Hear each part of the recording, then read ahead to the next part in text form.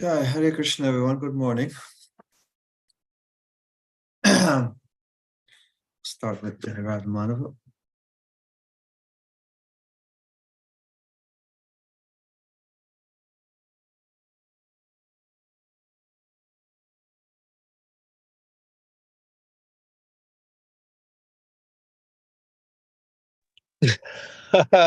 Where did Vasudeva go? We saw Adipusha Prabhu dozing off. He's doing so much service. Hare Krishna. Okay. Hopefully Vasudeva Prabhu will be back. In the meantime, there's one story that I'd like to share. I normally chant Nrsingadev prayers before driving or biking, but that time I did not, and I fell off the bike again. It has happened in the past, but yeah, I can't move my hand, and I got other cuts everywhere. So this is a lesson, dear devotees. Always chant Nrsingadev. Do not neglect that. Okay, Vasudeva Prabhu is back. Hare Krishna Prabhu. Hare Krishna. I don't know what happened. So many calamities always. Jaya Radha Madhava Kunja Bihari. Jaya Radha Madhava Kunja Bihari. Gopi Jana Vallabha Girivaradhari. Gopi Jana Vallabha Girivaradhari. Shodanandana Brajajana Ranjana. Yashodanandana Brajajana Ranjana. Yamuna Tira Vanachari. Yamuna Tira Vanachari. Jaya Radha Madhava Kunja Bihari. Jaya Radha Madhava Kunja Bihari.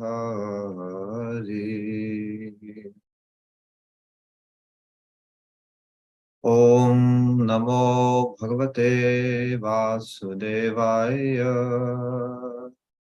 Om Namo Bhagavate Vasudevaya. Om Namo Bhagavate Vasudevaya.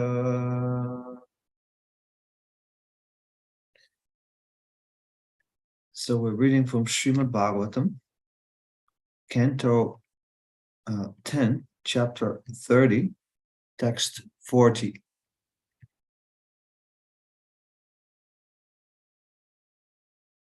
Just give a little context here. So, Krishna has disappeared from the rasa dance, from the gopis, and he's only one gopi is with him, that is Srimati Radharani. And so it's described in the previous verse that Radharani felt fatigued and asked Krishna to carry her. And Krishna said, "Oh, just climb on my shoulders." And suddenly he disappeared. So this is where we're at. So this is a very, very confidential part of the Srimad Bhagavatam. This is really, really the heart of all of it, which is revealed by Lord Chaitanya Mahaprabhu. Lord Chaitanya Mahaprabhu came for two reasons. First of all, his external reasons to spread the holy names, to spread the Harinam Sankirtan movement, and in doing so, allow conditioned souls like us to develop Braj Bhakti, the mood of spontaneous loving devotion. So that is his external reason for his appearance. Sometimes it's said that he does that for others, but he also has his internal reason to appear, and that is to experience the mood of Srimati Radharani, her love, which is more exalted than anyone else's, even more exalted than all the other gopis. The intensity is so much that that he even himself is bewildered by it, confused by it. Not confused, I wouldn't say that. He can't understand it fully. He has to take her position to fully understand what it's like to love him the way she does. So in these verses of the Srimad Bhagavatam, which we're going to read today, we're going to get a glimpse of the intensity of her love.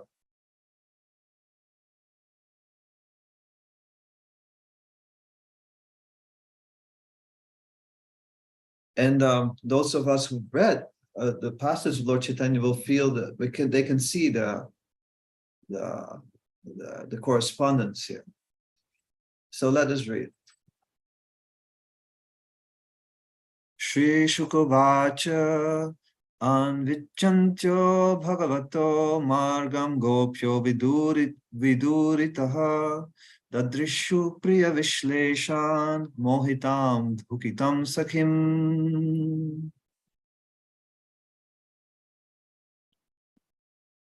Shukadev Goswami said, while continuing to search at Krishna's path, the gopis discovered their unhappy friend close by.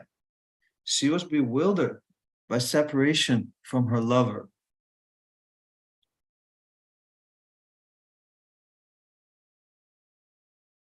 So Anvichantyaha Bhagavata Amargam. So the gopis, they were trying to find the path of Krishna.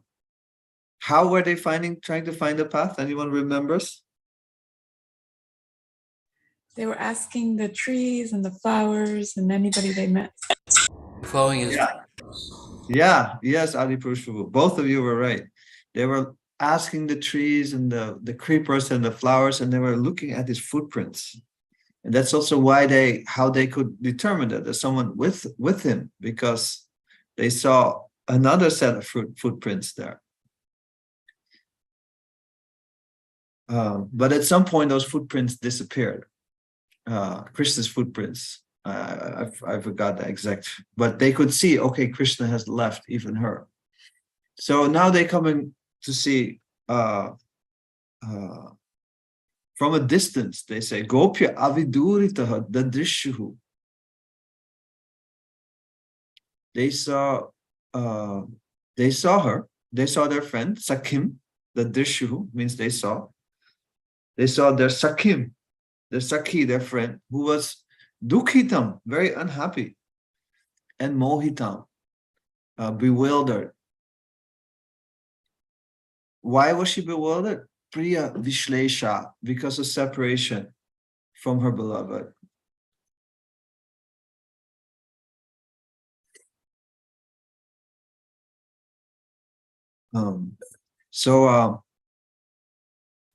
Sanatana Goswami, he comments here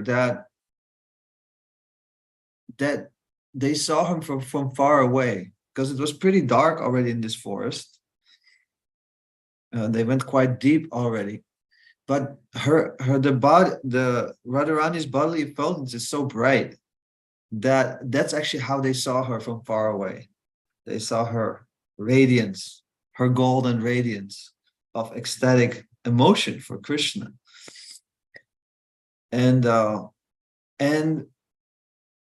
it said here, Mohitam, she was bewildered. And Jiva Goswami says that this means murchitam. She had fainted. She had swooned because of the intensity of her separation, feelings of separation. It said in the Chaitanya Charitamrita that love of God is like fresh poison and like the most intense nectar combined. Also, the examples given is like hot sugarcane juice. It's like hot, it burns, but it's also like so sweet, you can't refuse it. So what she's experiencing is a great bliss and at the same time intense suffering, which is like poison, like taking poison. So it just described that she, out of a separation, she became quite dizzy. And as a result, she swooned. This is mentioned by Vishwanath Chakravarti Thakur.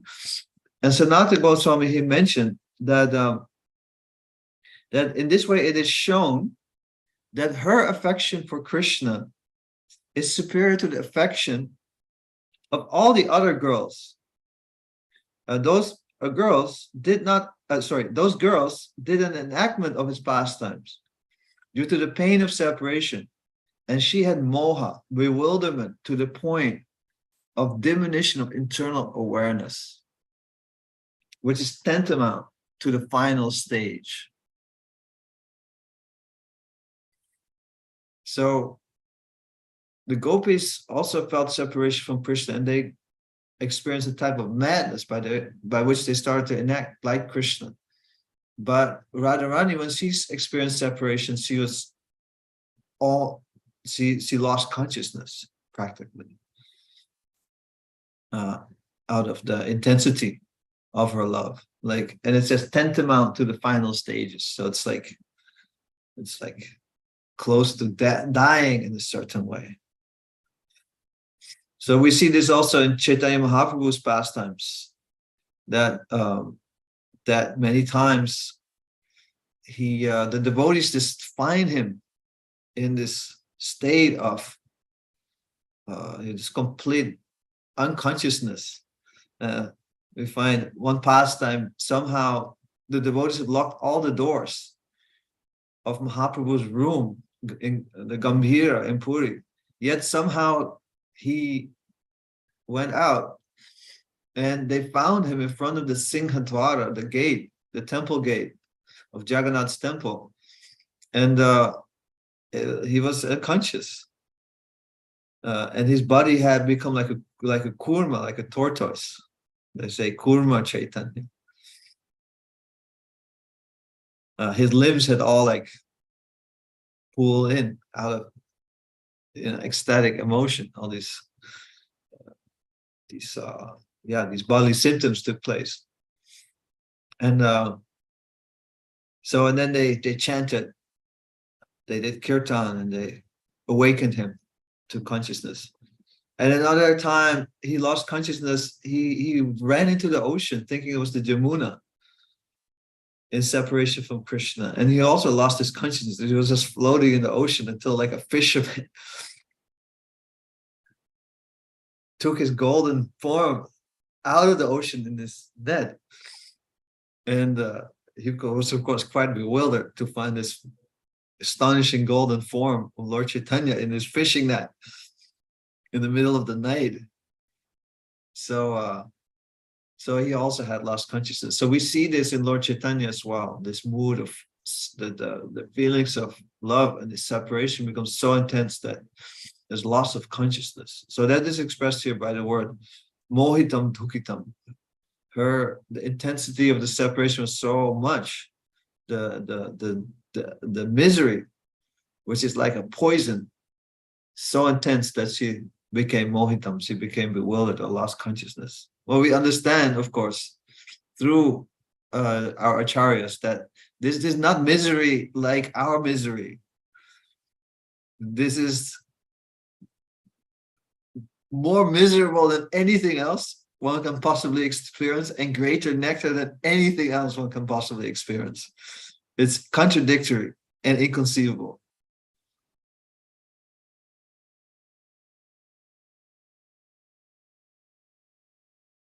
So the next verse.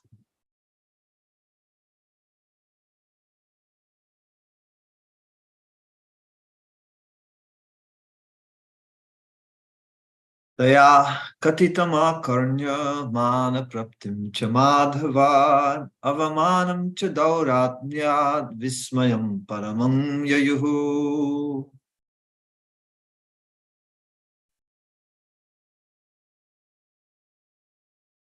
she told them how Madhava had given her much respect, but how she then suffered dishonor because of her misbehavior. The gopis were extremely amazed to hear this. Purport. It was natural for Radharani to ask Krishna to carry her, for this request was consistent with the loving mood of their relationship. Now, however, in great humility, she describes her behavior as wicked. Hearing of these affairs, the other gopis are astonished.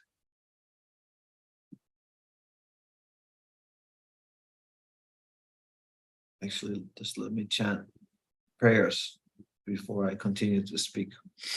Om Ajnanatimirandasya Jnananjana Shalakaya Chakshurun Militam Yena Tasmai Shri Gurave Namah Sri Chaitanya Manobhishtam Sthapitam Yena Bhutale Swayam Rupa Kadamayam Dadati Swakadantam Mancha Kalpatarubhyascha Kripasindhubhya Evacha Patitanam Pavanebhyo Vaishnavebhyo Namo Jai Sri Krishna Chaitanya Prabhu Nityananda Shri Advaita Gadadhar Srivasadi Gaura Bhakta Vrinda Hare Krishna Krishna Krishna Hare Hare Hare Ram Ram Ram Hare Hare.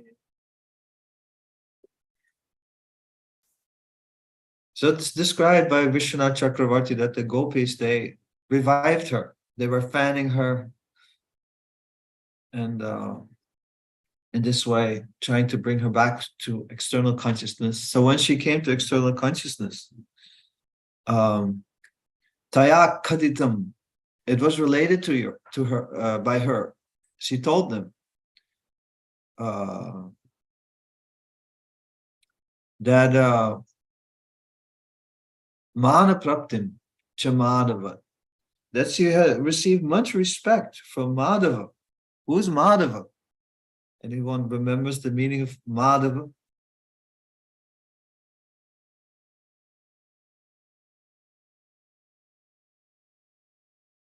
Is it something like the Sultan of Sweetness? Yeah. Another meaning of Madhava is Madhava. Ma means Lakshmi, the Supreme Mother, Ma. And Dhava means husband. So he's the husband of the goddess of fortune.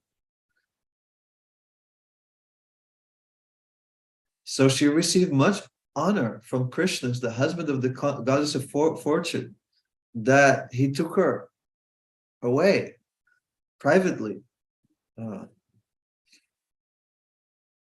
And she avamanam, and she was simultaneously dishonored by him. Why dauradmya? Because of her impropriety, her misbehavior. So when the gopis, when they heard this, akarnya vishmayam paramam yuhu, they achieved great amazement. They experienced great amazement to just hear this, hear her words.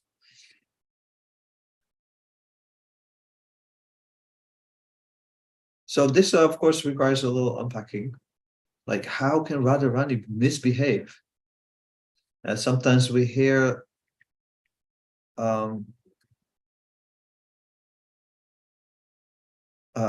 she became proud.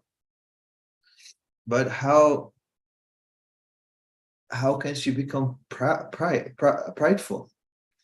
She is the very personification of the internal energy of Krishna. This is the Ladhini Shakti. There's absolutely no, when we talk about misbehavior or pride, it's absolutely nothing of this material world. That's absolutely impossible. Because she's the very antithesis of matter. She's the pure spiritual energy. So whatever is going on here is just the pastime potency of Krishna. And this word Dauradmya, this analyzed by acharyas in different ways. It's very sweet when we look at the different commentaries of the acharyas. Prabhupada recommends it in the first verse of the first canto, where he said that would do well to go through these commentaries to better relish the subject matter, because there's a lot of beautiful meanings in there. So she uses the word dauratmya, which means misbehavior, in different ways. Has more than one meaning.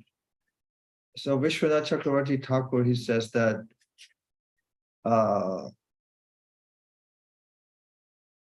here it means that she's saying Krishna was very hard-hearted, because he left all the gopis just for her and let them burn in separation just for her. It was very hard-hearted on his part. And because he did this, now I'm even more dishonored, because of all of that, they had to suffer. And now he left me too. So it is his hard-heartedness. It is his misbehavior that he left all of you and then left me too. So there's a little bit of enmity towards Krishna there, which is, of course, this is pure spiritual sentiment. It's all part of the rasa, of the exchange of emotions. And then there is she's lamenting her own misbehavior of telling Krishna, please carry me on your shoulders. She's lamenting her own impotence to order Krishna, the husband of the goddess of fortune. And of course, there's no misbehavior, there's no fault in this, because that's actually the glory of her love for Krishna. It's called Vamya Bhava. It's left-handed. It's not like very submissive all the time. It's challenging. It's playing hard to get.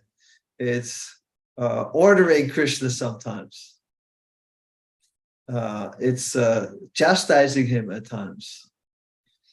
I was just hearing a beautiful pastime from Indrajumna Swami it's all about Krishna's anklet, or about Radharani's ornaments.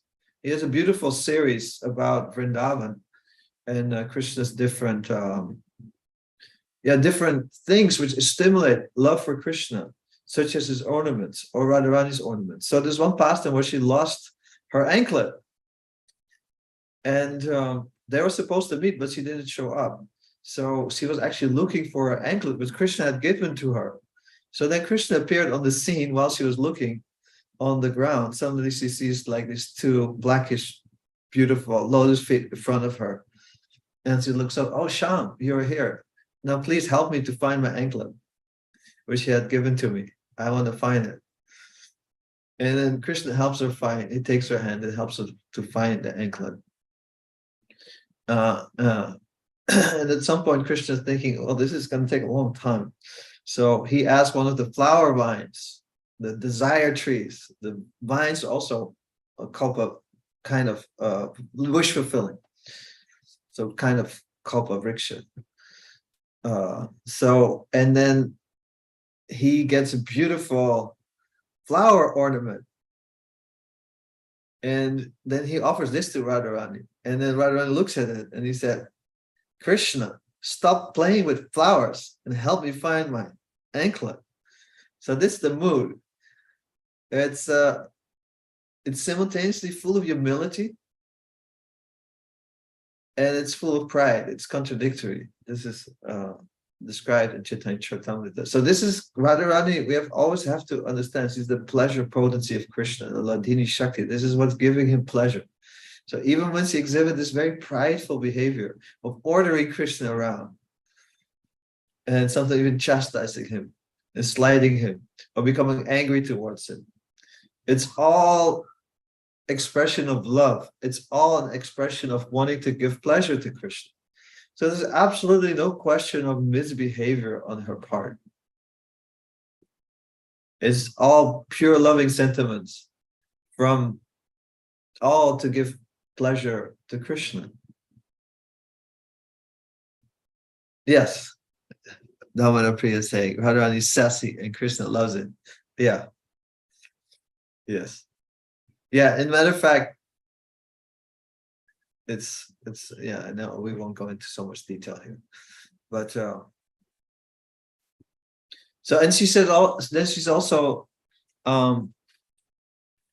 yeah, in this way also she's expressing her modesty towards the gopis, that it was very hard-hearted of us to leave you all behind, so it pacifies them. And it's also described that there's many different groups of gopis. Some are more favorably inclined towards Radharani, and some are not. But here they all became very sympathetic towards her. They all felt sympathy. And they all were united in this way. So this was also Krishna's way to reunite all of them. And of course, Krishna didn't disappear because of her hard-heartedness or because of her misbehavior. Another meaning the acharyas give us of this Dur Admya is Dur means far and Adma means body. So Krishna dishonored Radharani only apparently by keeping his body far away from her. Now, why did he do so? Why did he remove himself? There's several reasons given.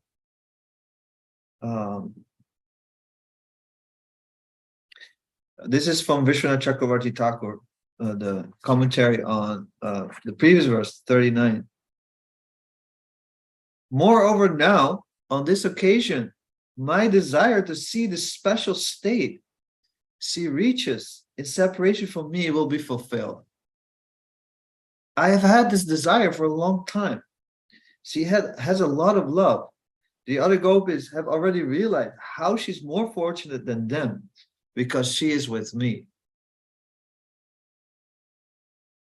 Now let those other gopis become immersed in an ocean of the highest astonishment by seeing the exceptional condition Radharani attains in separation from me. A condition which hints at the highest level of love. So Krishna himself wanted to see the intensity of her love and separation. He has this interest, he has this intrigue. That's one of the reasons why, or the main reason why he eventually becomes Lord Chaitanya. And he also wants to show the gopis like how exalted she is. He in a way, by doing this, by removing her, he's actually not dishonoring her, only apparently. He's actually honoring her by letting all of us, the gopis and all of us, see the intensity of her love, how she's becoming so absolutely bewildered in absence of him that she's almost like at the verge of death.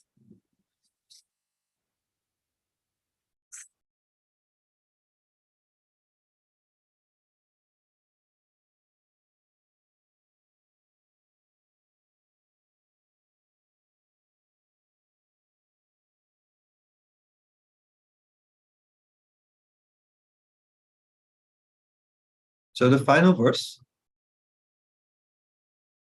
Tato Vishwanvadam Chandra Jyotsna Yavat Vibhavyate Tamah Pravishtamalaksha Tato Nivavritu Striyaha. In search of Krishna, the gopis entered the depths of the forest as far as the light of the moon shone. But when they found themselves engulfed in darkness, they decided to turn back. Purport: the gopis entered a part of the forest so dense that even the light of the moon couldn't penetrate it. Remember, it was the full moon night, Sharat Purnima, full moon night of the autumn month, in which the moon is very full, very bright. This scene is also described in the Vishnu Purana. Pravishto gahanam Krishna padam atra na lakshate Nivartadvam shashankasya naita didhitagocharaha. One gopi said, Krishna has entered such a dark part of the forest that we cannot possibly see his footprints. Therefore, let us turn back from this area, which even the light of the moon cannot reach.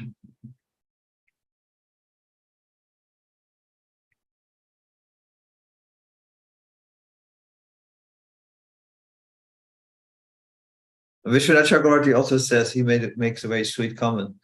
He says that the gopis were thinking, this part of this forest is so dark. And Krishna is dark, has a blackish form, so we cannot possibly see him.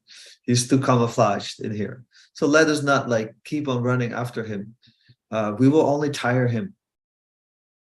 If we keep on searching for him, we cannot see him anyways. If we keep on searching for him, we will cause fatigue for him as he's continuing to hide from us. So they're thinking in this way too, out of love for him.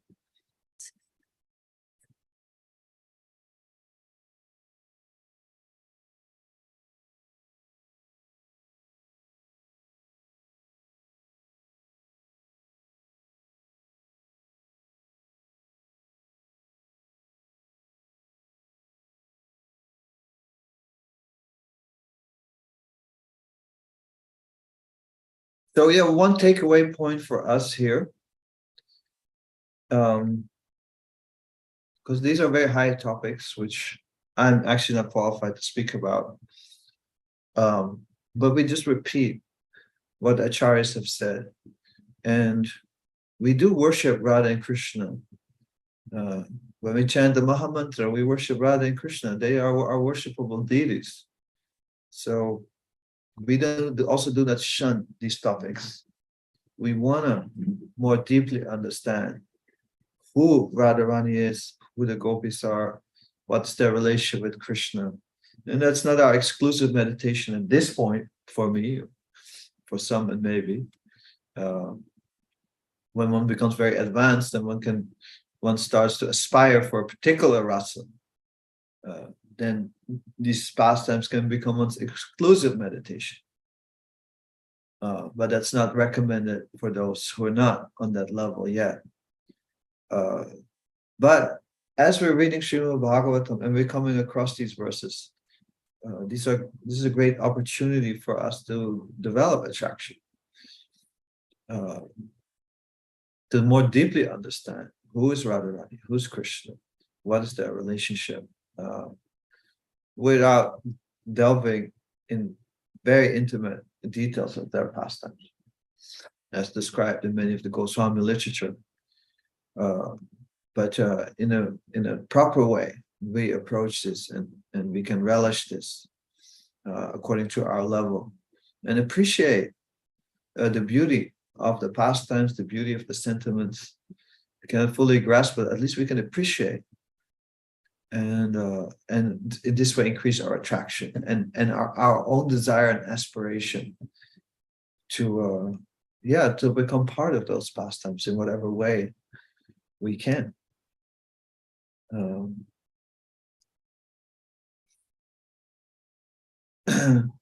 then another takeaway point here is that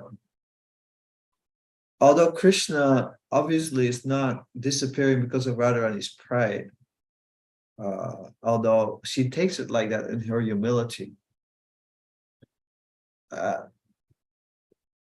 we do feel sometimes that when we become actually proud due to our material contamination, that Krishna, he separates himself from us. He disappears from us. As it said in Krishna book, that Krishna doesn't like it when devotees become proud. So then he changes his attitude towards them, it said. I think it's in the pastime of Indra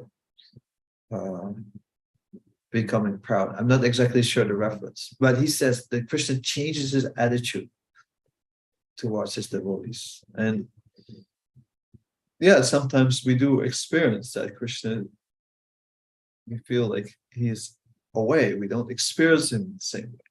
Or sometimes he even, like why he disappears is kind of a punishment. Sometimes we do experience that. Like Ananda Bihari was saying how he fell off his bike, and there's some lesson there. Yes, Ananda Bihari immediately appeared on the screen again. I have the personal experience of this when I became a little proud. It was in Mayapur many years ago. And there was a yatra there of the Radha Gopinath temple, and I had requested some devotees if I could just participate in some aspect of it, but I didn't want to sign up for the whole yatra because I had I had other responsibilities. So I just wanted to take prasad with the devotees because many of my friends were there, and so I couldn't go on all the yatras, but I was just asking if I could just get a pass for the prasad by the organizers. And I felt like they were treated me not so nicely. They were kind of just like shun me, and they like, at least that's how I experienced it. They're like, no, either you take it all or you're not. But it was not like, sorry, no, we can't do this. Like, it was like a little cold. And I felt a little hurt by that. But that was my pride. Often when you feel like kind of slighted, it's mostly just like your own pride. Even though the cause may be real, the fact that you're slighted by it is still your own pride. Because who are you? What treatment do you deserve? So, and then a few days after that, it was Prabhupada's disappearance day. And then one of my friends from that yatra said like, oh, it's Prabhupada disappeared, come take prasad with us. And I said, no, I will not take prasad here. They told me not to, I won't. But it was like in the mood, like, no way I'm gonna, like, it was out of a prideful mood. So then I went my way to another area to take prasad. So I took a plate and I went to wash my plate. But that was a very slippery area, in the area where they wash the plate. So I slipped and I went like flying, and I hit my head like really hard on like an old rusty tap. And I knew immediately this is bad news. Like blood was like gushing. Like I knew like I was lucky that it didn't hit my eye because it was a hard smack. And immediately I knew Krishna is smashing me. Krishna is correcting me. And I immediately remembered Lord Nityananda, who was struck on the head by Madhai, and he felt nothing. He was like, it's an Akroda Paramananda. Lord Nityananda was fully blissful and he had no anger whatsoever, even when he got struck on the head. So I knew I got a little bit of a slide, like it was nothing. And I was like, my pride was hurt. Compared to Lord Nityananda, who got smacked like on exactly that same spot on the head. Like, oh, what a fool I am. So, and this is what we're supposed to do. We have to really recognize when we get slapped like that from Krishna, just like take it, humble ourselves. Because I knew if I'm going to protest more, it only is going to get worse. Like I'll get infections and everything. Like wounds in India is a real, like with all the germs floating around, etc. It's like it's a headache, literally, and also in more ways. So I thought, let me just humble, and of course, very quickly it all healed. And but I did get a very strong message. It was very, very learning moment for me. Like my pride led me to have a wrong attitude and to be hard-hearted and to misbehave. And Krishna kindly smashed it. Like, so in this way, sometimes he disappears, sometimes he smashes us, and we should be like Radharani she's taking it like that. Like that was my misbehavior. Of course, it's not. But devotee always like tries to see what Krishna is trying to teach through moments of where you get a little slap, or where Krishna like kind of changes his attitude towards you in some way. We're experiencing some tough love, so to say.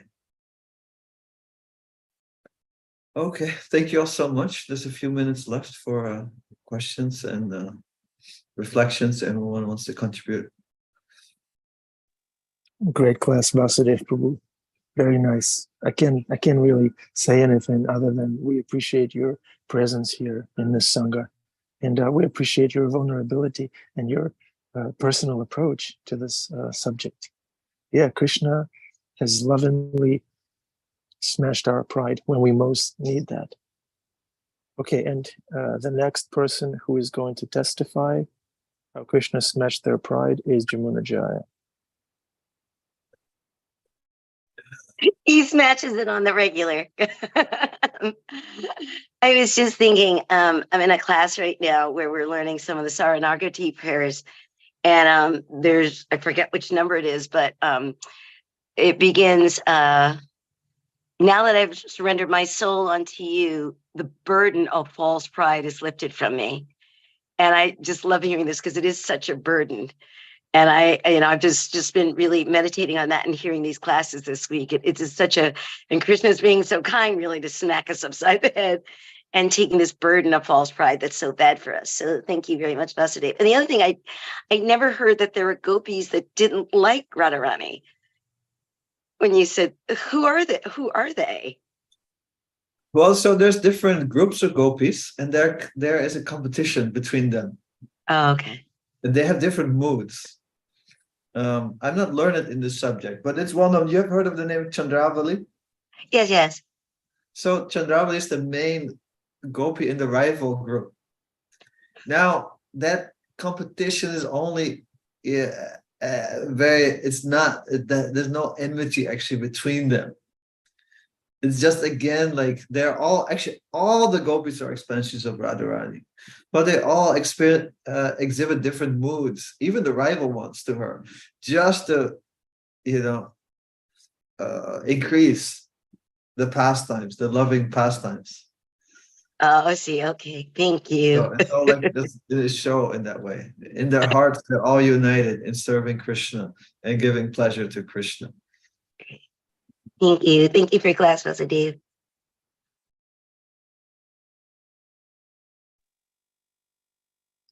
Dear devotees, come on now. We have Vasudeva Prabhu with us. You can ask the hard ones. Can you hear me? Adi? Yeah. Hare Krishna, Hare Krishna. Fantastic class, so much nectar, but also painful. It's also painful for us to hear about Radharani's pain or the gopis' pain, almost unbearable. It reminds me of, Prabhupada said this about, the men, a lot of the men go out to work and the women stay home and watch soap opera. You know, soap opera? Yeah. Dramas that, there's so much intrigue and jealousy and love triangles and, different kinds of emotional swamp of different things. And so just like the eyes have an appetite to see something beautiful, nice form and color, and the tongue has an appetite for tasting, and the ear wants to hear the music. So the heart, the emotional aspect of a person, is longing for these kinds of, to hear these kinds of exchanges, emotional exchanges between different characters in a drama. But the ones that are involved with love of Krishna are, there's no inebriety. It's the inebriety is conspicuous by its absence. It's not based on selfishness or pride, but there's a spiritual quality to it that helps us to, our love for Krishna is evoked. Okay, well, the conch shell is about to blow here. Well, glories to Prabhupada, Hare Krishna.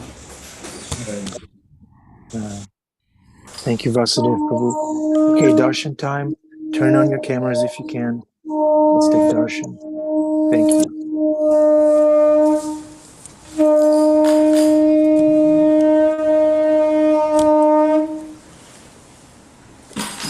Take off your glasses.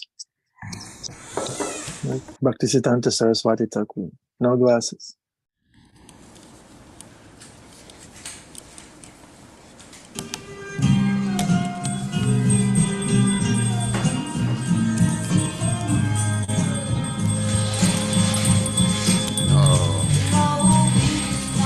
It's good, Adi. We can see Krishna.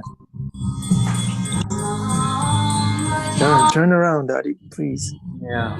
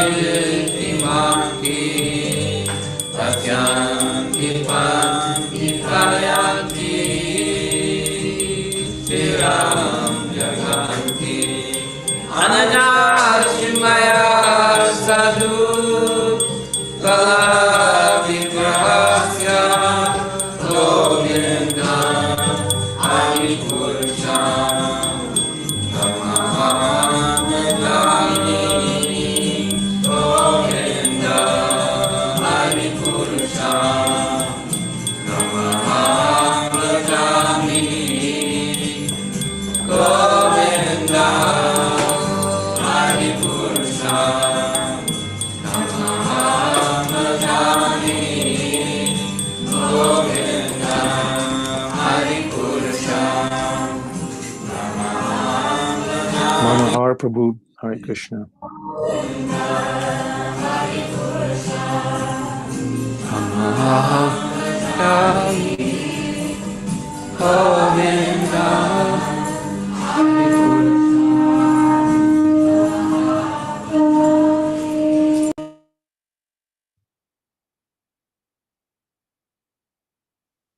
Okay.